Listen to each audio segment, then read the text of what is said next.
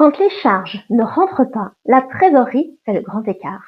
Mais peut-on facturer le cours de gymnastique aux copropriétaires?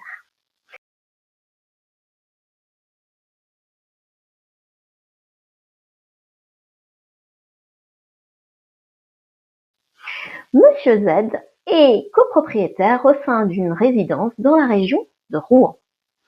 Il ne paye pas ses charges de copropriété. Lassé de son comportement, le syndicat des copropriétaires décide de l'assigner en justice. Il a recours à la procédure accélérée au fond, qui est une procédure qui permet, lorsque l'on constate le non-paiement d'une provision, de solliciter le paiement de toutes les provisions de l'année à échoir, ainsi que les arriérés de charges. Le tribunal fait droit à cette demande. Et le tribunal, à la demande du syndicat, condamne également Monsieur Z au paiement de dommages et intérêts au syndicat. Il considère en effet que l'attitude de Monsieur Z a causé au syndicat des difficultés administratives et judiciaires ainsi que des difficultés de financement.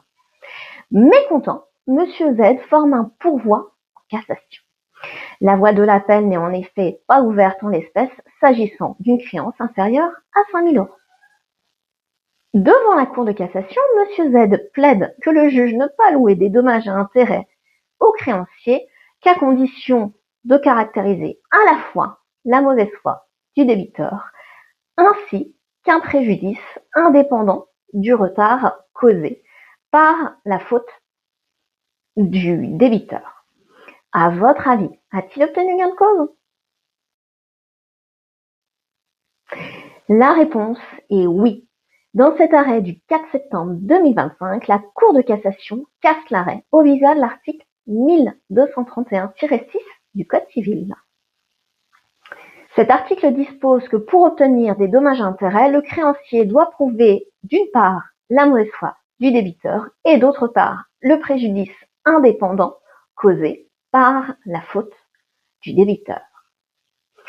En l'occurrence, la Cour d'appel n'a évoqué ni la mauvaise foi, ni un préjudice indépendant, et une autre Cour d'appel va devoir se prononcer sur ce sujet.